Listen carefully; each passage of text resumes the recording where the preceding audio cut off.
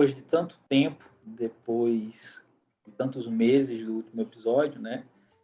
O meu editor já estava quase perguntando se eu tinha desistido do projeto, mas foi porque esse ano foi, acho que, mais atípico do que o ano passado, né? Voltar de uma crise é bem mais esquisito do que entrar em uma.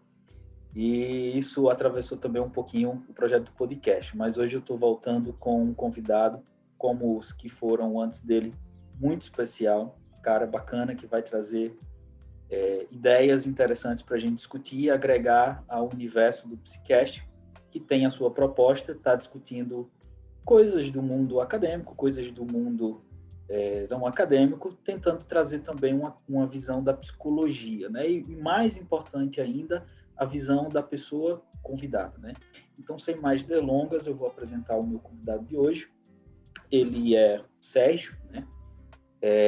Vou deixar um espaço para que ele complemente a apresentação, já aprendizado dos outros episódios, porque eu quero esgotar isso e, de certa forma, é um saco, né? Tem que deixar um espaço para o outro. Mas Sérgio, ele tem graduação em Ciências Biológicas, né?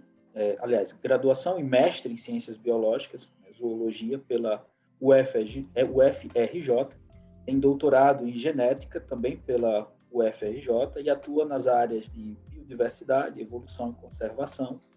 Procura entender a vida no espaço e tempo, principalmente ambientes isolados, como ilhas, rios, cavernas, sempre na água, né?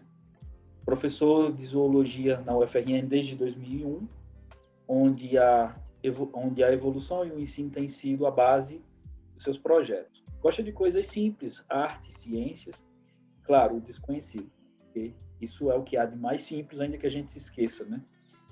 Pai da flora, né? E de umas 15 espécies. Depois eu vou deixar o Sérgio, né, explicar essas espécies, né? Quais são, fiquei com curiosidade. E, claro, também marido da Juba, desde muitos anos, que eu não vou entrar nessa seara. Então, Sérgio, seja muito bem-vindo. Desde já, obrigado por estar tirando aí um tempo para participar. Sei que sua agenda é hiper, mega preenchida por 1 milhão de atividades, como é a agenda de todos os professores e docentes desse país. Então, gratidão. Quero já que você também se apresente, trazendo outras informações que você acha interessante para a galera sacar, né, esse papo. Legal, Rômulo. Obrigado pelo convite. A gente sempre tem umas conversas bem instigantes, né? E eu tenho certeza que vai ser bem interessante. A gente vem de escolas diferentes, né? Eu da biologia, você da psicologia. Esse assunto sempre aflora, né, quando a gente conversa. Então, eu adoro, né? Eu acho que tem um grande privilégio de poder trabalhar e conversar com o que eu gosto. A biologia sempre foi uma paixão na minha vida, né? Uma coisa até relacionada à infância, de ir para tomar banho de cachoeira, banho de mar, ter a oportunidade de ter nascido ali na Mata Atlântica, na beira da praia também, ter o privilégio de viajar desde pequeno. Então, as paisagens, os animais, tudo isso sempre me despertou um fascínio muito grande, né? Que junto com a leitura, com interesse por história, por tudo, né? A biologia não deixa de ser uma ciência histórica. Eu tenho uma grande curiosidade para entender o mundo natural, o ser humano dentro desse mundo, o papel que o ser humano tem, né? O que é real e o que é construção da nossa mente. Então, eu acho que esses são assuntos que atravessaram a minha formação, né? Então, sempre comecei trabalhando com peixe. Na verdade, comecei uma primeira graduação em arquitetura, né? Sempre tenho um apreço imenso por arte. Me sinto um artista frustrado, de certa forma. Adoro desenhar. Todo mundo, né? Todo mundo. Eu costumo dizer que eu acho que fazer ciência é difícil, mas fazer arte é muito mais difícil, né? Porque No ciência... Brasil, então, hein? No Brasil, então, e ciência também tem um método, né? Você tem uma construção, você tem os materiais muitas vezes mais palpáveis, né? mais materialista, digamos assim, enquanto que o artista tem que criar histórias, enredos, melodias, rimas do nada. Então, assim, eu acho muito vertiginoso isso, acho muito mais desafiador. Então, eu encontrei na ciência uma das poucas, eu costumo dizer que eu só sei estudar, eu adoro ficar lendo, estudando e tentando entender as coisas e tentando fazer conexões.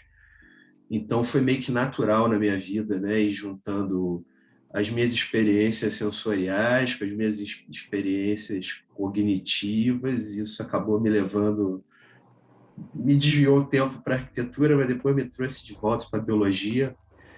Foi até bem curioso como eu decidi fazer biologia, eu fiz escondido dos meus pais, estudei sozinho. Não, claro, né? E, Porque eu imagino que um pulo da arquitetura para a biologia é uma coisa quase que natural, né? Tá ali do lado. não, imagina, numa época que um pouco parecida com agora, com poucos investimentos, né, na ciência, na educação. Os meus pais temiam muito de, você é muito idealista, vai viver de quê? De biologia? Como é que vive de biologia? E deu certo, né? Eu costumo dizer para minha mãe que até hoje quem pagaram as minhas contas foram basicamente os peixes, né? Ela disse assim, meu filho, investi tanto em você para você ser pescador. Pois é, né? Você vê que às vezes, né, a gente se É, surpreende. Mas, Sérgio, você é carioca, né? E como você já descreveu, eu fui ao Rio uma vez e fiquei impressionado, né, com aquele montante de paisagens naturais e humanas. A arquitetura do Rio também é muito bonita. E até mesmo os encontros, né, de muitas possibilidades de experiências, né, das construções e de divergências, né, socioeconômicas entre elas. Mas o Rio é um caso à parte. Mas me diz aí, na sua opinião, se Deus é brasileiro, ele é carioca mesmo? Ou isso é a história que os cariocas contaram lá para enganar turista? o carioca é um chauvinista, né, por natureza. Eu acho que ele diria que sim, né? Realmente a paisagem natural, geológica, junto com o tapete de vida que tem no Rio de Janeiro e toda essa questão cultural, né, da gente ter sido a sede do Império durante tanto tempo, depois capital. Então, é uma cidade construída em cima de índios, de escravos, de colonização, de tudo que a gente tem de errado e inegavelmente entranhado na gente, né? Então, é isso que você falou, é um ambiente de muita amplitude, né? Tanto estética, quanto social, quanto econômica, quanto natural. Então, isso realmente deve ter sido um fermento, né, na minha cabeça, assim, né? Eu tive o privilégio de fazer o mestrado no Museu Nacional, que foi uma instituição de que eu me lembro de quando foi a primeira vez. O Museu Nacional é do lado do Jardim Zoológico, né? Não sei se todo mundo sabe disso. Mas eu fiquei mais deslumbrado com o Museu Nacional quando eu fui a primeira vez quando era criança do que com os jardins zoológicos. Me fascinou muito aqueles esqueletos de animais gigantes, que para mim era tudo que era gigante, era dinossauro naquela época. E depois de ter feito mestrado lá e ter visto mais recentemente pegar fogo, né, você vê como tem esses altos e baixos, essa relação de sensações alegres e tristes. Então, nem lembro direito qual foi a pergunta, mas Não, mas você respondeu. foi Pessoal, onde eu consegui chegar. não, esse é o propósito. Pessoal, para quem não sabe, o Museu Nacional, infelizmente, sofreu uma. Bom, não vou dizer que foi uma catástrofe, né? Porque aí já entra numa avaliação política, Uma mas tragédia, é né? uma tragédia, no mínimo, né? Tipo, sei lá, né? A queda de Troia ou alguma coisa, né? Aconteceu naturalmente. Mas ele pegou fogo, né? Que é uma perda incomensurável para o povo brasileiro, para a ciência, para a cultura, para a arte. E para mim, mais especificamente, porque quando fui ao Rio, estava num congresso e só tinha, né, um intervalozinho de espaço para passear, e eu tive que escolher entre ir no Cristo ou no museu, né? E aí, bom, eu pensei, não, vou no Cristo, porque, né, é um cartão mais postal, né? Na outra oportunidade eu venho e faço o programa mais cultural, né?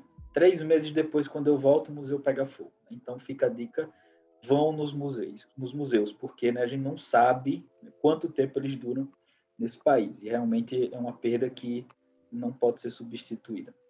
Mas, Sérgio, apresentando o tema de hoje, né, a vida natural versus a mente humana, há uma possibilidade de harmonia, e esse tema foi muito cuidadosamente escolhido, né? O Sérgio, como ele é biólogo evolucionista, ele já fez questão de deixar claro, Rômulo, olha, eu sou biólogo, eu não sou neurocientista, porque assim eu trago umas discussões às vezes que coloca ele um pouco em desconforto disso, né? Mas o tema foi construído para que a gente pudesse dialogar.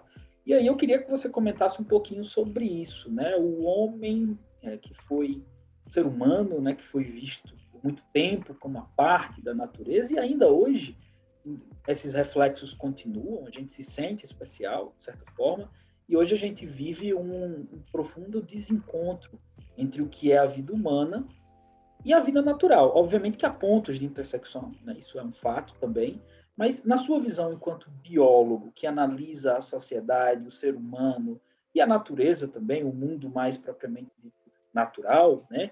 Do que a gente está concebendo aqui, existe essa possibilidade de harmonia? Ela ocorre ou isso já é um sonho distante que vai ficar cada vez mais no campo da memória?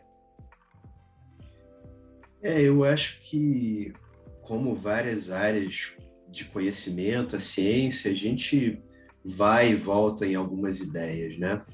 Eu acho que a gente está vivendo um momento de algum resgate de algumas ideias, de algumas confluências, e talvez a gente consiga harmonizar, né? Eu acho muito interessante os paralelos que têm sido feitos, principalmente com as ciências naturais, de uma maneira geral, o pensamento oriental. Então, talvez a gente consiga alguma harmonia de entender a convivência, entender que a gente precisa compartilhar o planeta com várias outras espécies. Não dá para pensar na gente, se a gente se considera ainda muito egoísta, muito individualista, a gente está pensando o tempo todo só de um ponto de vista humano, né? A gente tem que pensar que a gente convive, tem que compartilhar o planeta com milhões de outros seres vivos. E existe uma vertente, né, da biologia que entende muito que boa parte dessa harmonia vai depender da gente coexistir, da gente saber não só competir, né? Então está tendo uma visão de que o mundo não é feito só de guerra, só de competição, só de sobrepujar os outros organismos, né? Sejam da sua espécie ou das outras espécies.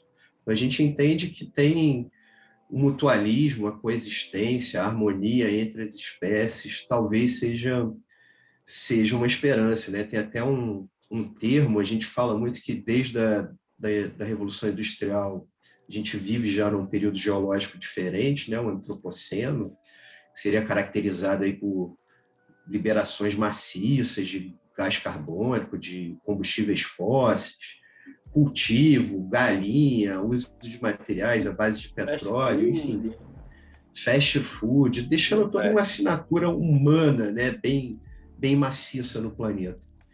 E essa visão, ela é uma visão muito pessimista, já que ela prevê assim, ela tenta dizer que não, o mundo é isso que a gente transformou e a gente tem que aprender a viver com esses restos de biodiversidade, de recursos naturais e do que é possível de sobrevivência. E tem outros autores, né? A dona Araldey, ela defende que a gente pode viver o Ctuluceno, né? Que seria uma fase de mais harmonia, que a gente, em vez de fazer bebês, a gente devia estar fazendo laços com o ambiente natural. Então, resgatar essa volta para a natureza, né? A gente foi tirado, principalmente na cultura ocidental, como sendo uma criação à parte, uma coisa divina, especial. E o Darwin trouxe o homem, né? A ciência veio trazendo, né? Primeiro, os astrônomos trouxeram a Terra, tiraram a Terra do centro do universo, depois o Darwin tirou o homem do centro das espécies, da criação, mostra que o homem era uma espécie como as outras, e sabendo que então a gente é um ramo da árvore da vida, faz todo sentido que a gente entenda essa visão e tente coexistir, né? Tanto entre a gente quanto entre as outras espécies. Isso é muito interessante porque parece que, enquanto o ser humano caminhava para longe do mundo natural, né, alguma coisa ficou pelo caminho e, por um tempo, a gente conseguiu, né, se virar bem com as tecnologias e com, enfim, com toda a parafernália que a gente conseguiu criar, né, para facilitar a vida. Mas em tempos pós-modernos, né, que os níveis de suicídio aumentam drasticamente nos países mais desenvolvidos, o nível de comportamento, né, disfuncional, a quantidade de comportamentos disfuncionais que vem assolando o ser humano, a ansiedade, a depressão, a angústia, quando se alcança todos os prêmios que nos prometeram que trariam a felicidade, parece que esse tempo vem trazendo a reflexão de que alguma coisa muito importante também ficou pelo caminho, não foi só coisas do mundo natural que ficaram pelo caminho, ou talvez um pouco da alma humana, da essência humana, ou do que deveria ser essa harmonia, né, ficou pelo caminho. E aí tem um autor da tradição budista, né, que o Sérgio já falou, Thupten em um dos seus livros ele traz dois conceitos, eu não me lembro, não são deles, são de pesquisadores, mas ele traz no sentido de egosintonia e ecossintonia, né? Que o ser humano tem essas duas formas de se ver pertencido, porque o pertencimento é necessário, né? A gente precisa se ver pertencido, mas que de alguma forma essa egosintonia faz com que a gente se sinta pertencido de uma posição superior que não nos corresponde, no final das contas, né? E o efeito disso vem nesses sofrimentos, né? E aí, Sérgio, eu queria ler um aforismo, uma ideia, para que você comentasse, né, de um teórico, não sei se você vai o conhecer, vou arriscar. Esta virtude, uma das mais nobres de que o homem foi dotado, parece surgir incidentalmente de nossos compadecimentos e se torna mais terna e difundida, até se estender a todos os seres sencientes. Charles Darwin.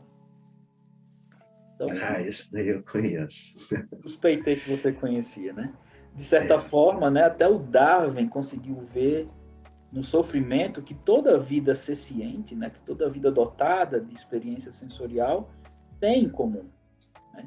E esse é um pressuposto do budismo também, que toda vida baseada em sentidos, ela tem sofrimento, isso é uma realidade. E esse sofrimento pode ser o denominador comum que está levando, né, nossa espécie a pelo menos refletir que existe uma parcela, né, não vou dizer todo, mas existe uma parcela dessa dor que nos corrói, na forma de angústia, ansiedade, depressão, que talvez seja a forma da natureza, né, nos lembrar que existe um limite para até onde a gente pode descolar dela e de que nós não estamos, no fundo, desconectados do todo natural. O que você pensa, Sérgio, sobre isso? Faz sentido? Não faz? Faz bastante sentido. Faz sentido, eu diria, em duas grandes dimensões, assim, né? A primeira delas é que o Darwin ele é muito famoso pela teoria da seleção natural, né? As pessoas até confundem como se ele tivesse sido autor da teoria evolutiva, né? A evolução já era um assunto em voga na época, o Lamarck também já tinha falado. Mas, enfim, o Darwin é mais conhecido pela ideia de seleção natural.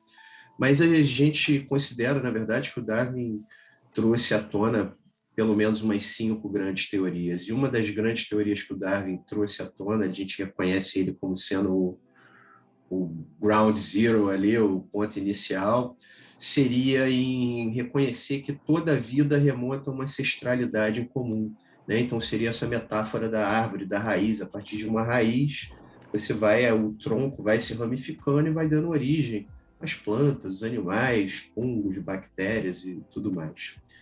Então, essa visão do Darwin sendo ramificada, primeiro ela mostra que tudo está relacionado. Então, a dor que eu sinto decorrente de um sistema nervoso que todos os vertebrados compartilham, que vários outros animais, né? Animais são seres multicelulares, com movimento, enfim, não vou entrar em Dotados muito muitos de detalhe, né? inteligência, né?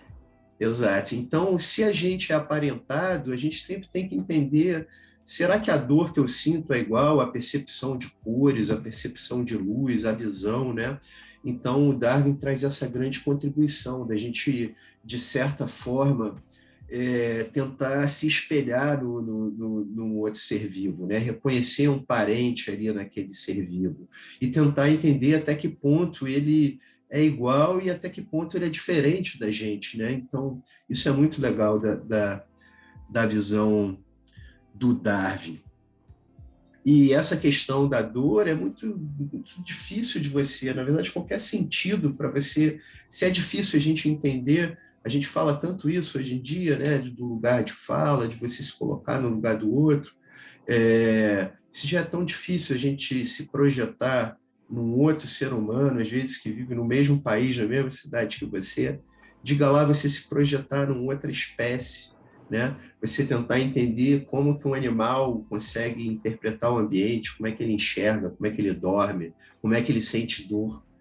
E isso, todos esses estudos avançaram muito, têm avançado ultimamente, criando todos os comitês de éticas, né? Todos os movimentos culturais também relacionados à alimentação, a não usar animais em experimentação, em testes de cosméticos. Recentemente, acho que foi a Inglaterra, né, Reino Unido, que reconheceu aí os crustáceos, os moluscos como como animais que sentem dor, né, e sofrimento.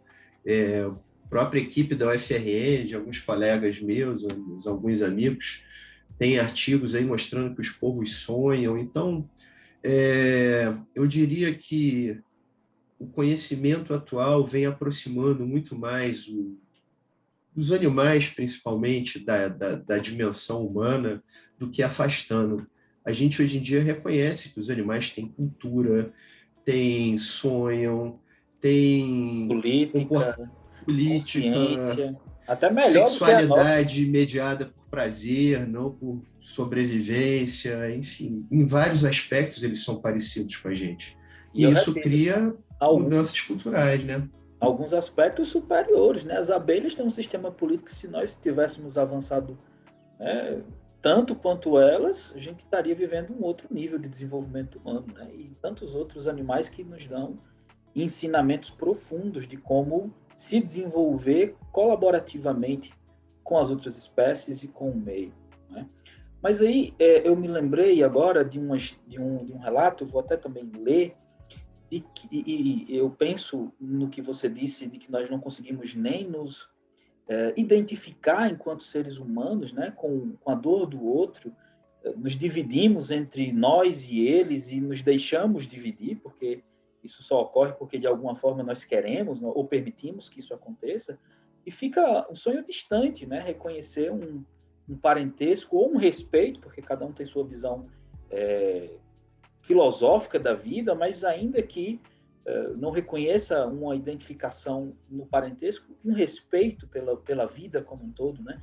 Mas se a gente não consegue fazer isso, às vezes, nem com nossa própria família, nem com as pessoas que estão mais próximas, os membros de uma mesma cidade, sociedade, de fato, o mundo natural vai ficando cada vez mais perdido.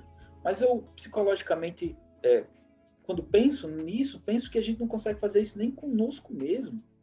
Porque de todos os sofrimentos que nós nos colocamos, às vezes por um profundo desrespeito às nossas verdadeiras necessidades, nós necessitamos de A e vamos atrás de B, que é o contrário de A, e repetimos isso. Não é um evento que fazemos por erro, não, é um hábito. Então precisamos de afeto e afastamos as pessoas, precisamos de pertencimento e excluímos todo mundo, precisamos de aceitação e rejeitamos tudo que é diferente. E aí, esse mesmo autor, ele traz o relato de ele é instrutor de meditação baseada na compaixão, né, em um grande teórico tema, e ele trouxe alguns relatos dos participantes. Eu vou ler em específico um. Recentemente tive algumas dificuldades em relação aos meus sentimentos, de raiva, frustração, repulsa, indignação e irritabilidade, todos ligados ao trabalho. Esses sentimentos não queriam ir embora, ou talvez eu não quisesse que eles fossem. Meu ego estava ferido. Eu estava prestes a explodir ou implodir, sem saber qual dessas duas coisas me traria maior ou algum alívio. Estava com vergonha e raiva de mim mesmo por ter tão pouco controle sobre os meus sentimentos e pensamentos. Rejeitava a compaixão. Estava cansado de ser legal com as pessoas. Isso vinha da raiva. E me sentia em desequilíbrio com o universo. Estava tão perturbado que nem preciso dizer que não estava conseguindo meditar. Por isso, decidi fazer o curso, para ver se essa confusão se acalmava. Não começou muito bem, porque eu não queria entrar em contato com minha própria tristeza. Então, assim, esse relato, eu acho que em alguma medida, eu, você, todo mundo consegue se identificar, né?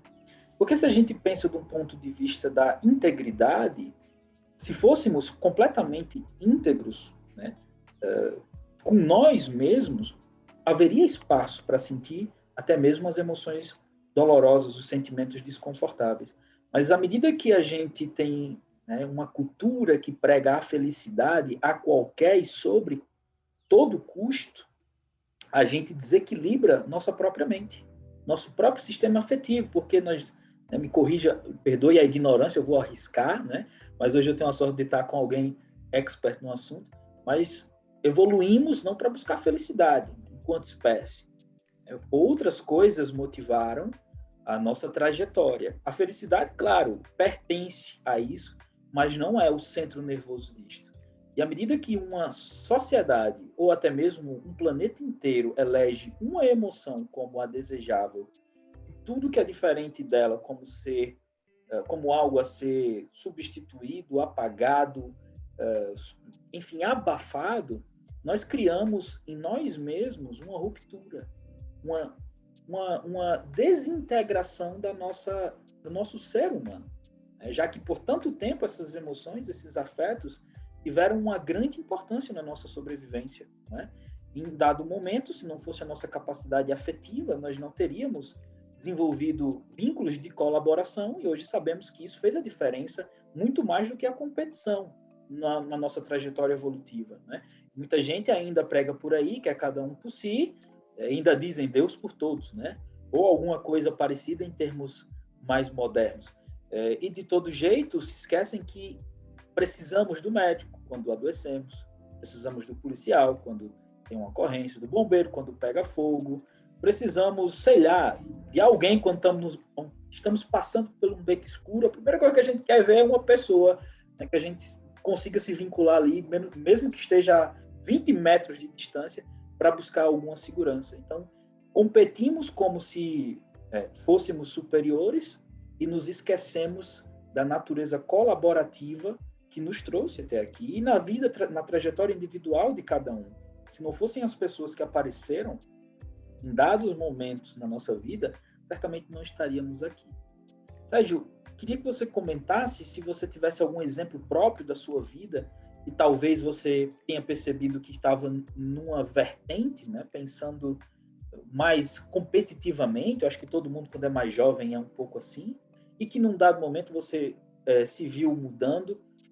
Gostaria também de saber o exemplo, para a gente trazer um pouco mais de pessoalidade ao papo, para não ficar tão, né, teórico. Legal. Nossa, pensar no exemplo de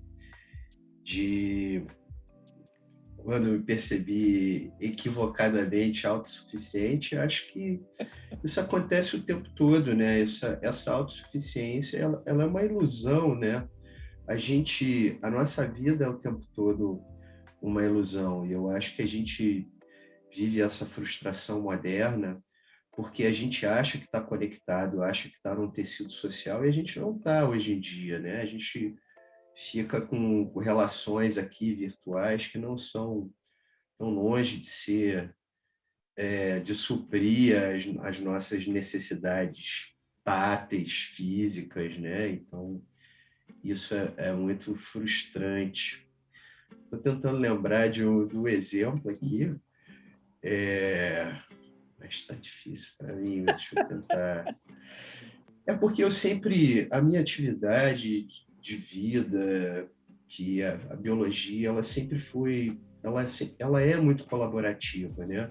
A minha atividade de pescaria, de trabalho de campo, depende de um entrosamento, de um encadeamento de pessoas tão grande assim que às vezes até difícil de lembrar de todo mundo. E por outro lado, quando você está ali nas atividades intelectuais, parece uma coisa tão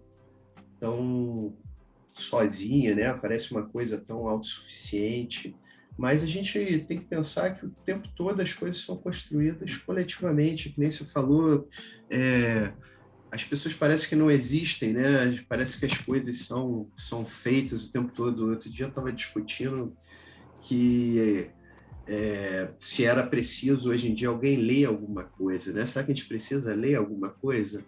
Porque já está tudo gravado, né? Já está tudo gravado, tem um monte de aula gravada, um monte de vídeo gravado.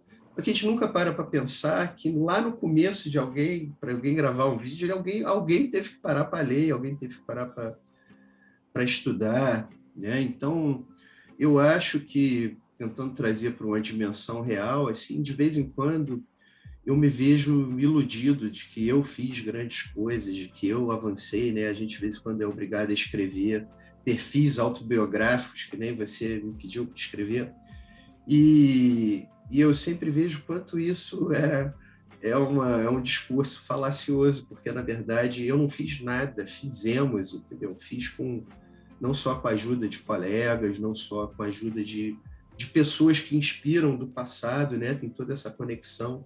Ler, de certa forma, é que nem um podcast, né? Você viajar no tempo, poder ler o Darwin, é que nem poder estar ouvindo o que ele está falando no século XIX, para mim, hoje em dia. E, muitas vezes, ter essa conexão, né? Também, de vez em quando, me sinto só, me sinto perdido, me sinto excêntrico no mundo, e quando você encontra pessoas, às vezes, de outro tempo, que pensam que nem você, que têm paixões que nem você, dá um sentimento também que diminui a solidão, né? Então, essa conexão eu acho que eu tenho tanto com pessoas atuais quanto com pessoas do passado. Eu vejo muitos naturalistas, principalmente ali do século XIX, uma visão tão deslumbrada do mundo que eu me conecto, eu me identifico com isso, E sabe? às vezes faltam, né? Faltam pontos de identificação no mundo atual, nas pessoas que convivem com a gente, né? Porque como há muito mais uma preponderância desse ecossistema, então cada um quer achar o seu espaço ao sol em cima de alguém que não teve a mesma sorte. E aí, quando a gente vem para analisar quais são as causas de maior adoecimento, né, de saúde mental na atualidade, você pega o fenômeno talvez mais drástico, né, que é aquele que a sociedade não consegue disfarçar mais, que é o suicídio. 99% dos casos segue uma narrativa base de alguém que foi se isolando, ou isolaram ele, né, porque às vezes não é, acontecem situações, mas de uma forma ou de outra, né, foi se encapsulando dentro de algo que não era mais algo humano, era um ego. Né? E aí, claro, cada história tem sua trajetória, cada história tem seus enlaces e desenlaces, mas que uma variável que a gente pode correlacionar são que pessoas que têm graves problemas de saúde mental são pessoas que sentem-se muito sozinhas.